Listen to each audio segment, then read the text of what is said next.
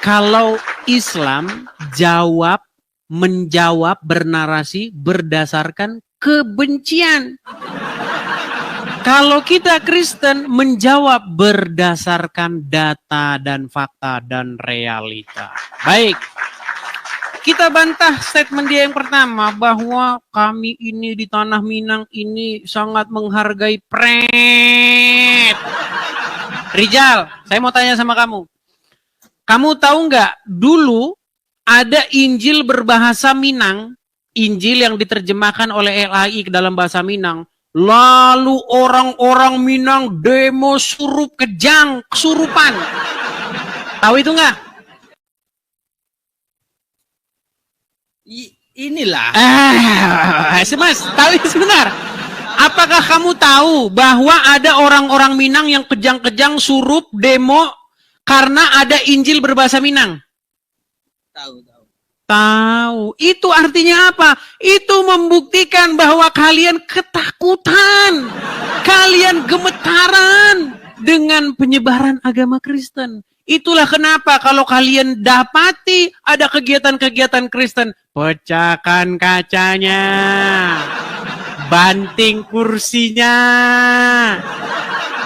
Memprihatinkan, Rijal. Ya.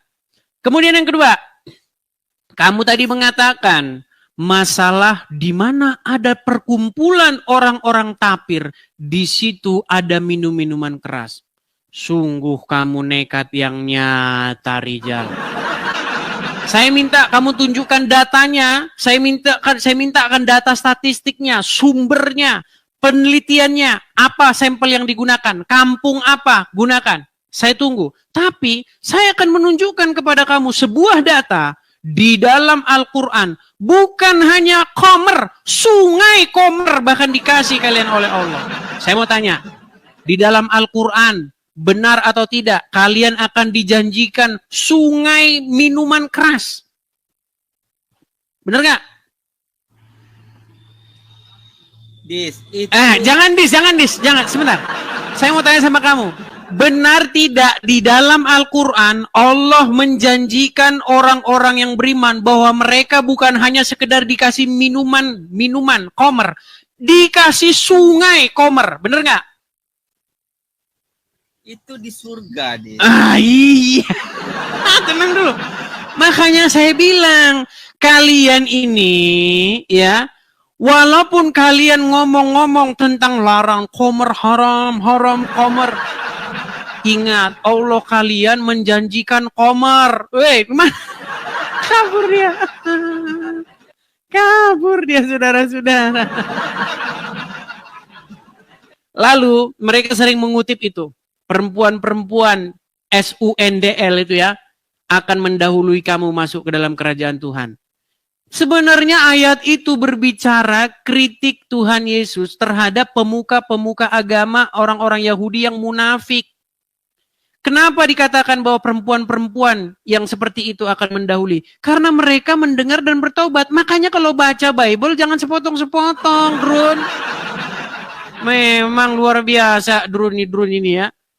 Kak Drun, kalau baca Bible jangan separuh kayak baca Quran. Ayat 1 nggak sama ayat kedua nggak berkaitan. Perhatikan. Saya akan kutipkan ayatnya ya.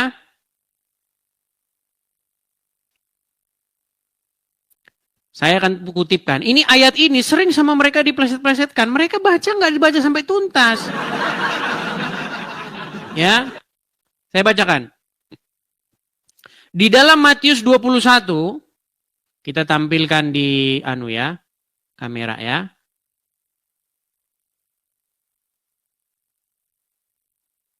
Teman-teman, kalau saya lagi siaran jangan menelpon ya teman-teman ya. Tolong jangan menelpon, oke? Karena kalau saya angkat, putus live kita ini teman-teman. Oke? Kita akan kutipkan perkataan Yesus tentang perempuan-perempuan yang demikian itu akan mendahului orang-orang dan ahli-ahli Taurat masuk ke dalam kerajaan Tuhan. Baik, saya balik kamera saya. Nih, perhatikan. Lihat ya. Nih. Tetapi apakah pendapatmu tentang ini? Seorang mempunyai 2 anak laki-laki. Ia pergi kepada anak yang sulung dan berkata, anakku pergi dan bekerjalah hari ini dalam kebun anggur. Jawab anak itu, baik Bapak, tetapi ia tidak pergi. Lalu orang itu pergi kepada anak yang kedua dan berkata demikian juga.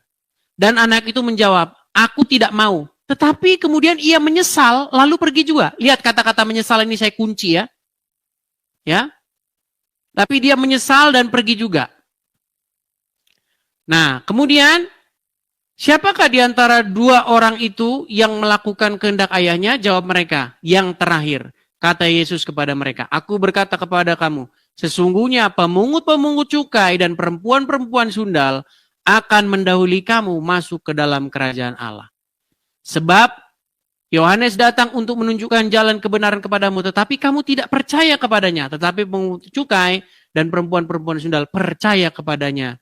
Dan meskipun kamu melihatnya, tetapi kemudian kamu tidak menyesal dan kamu tidak percaya kepadanya. Gitu ya.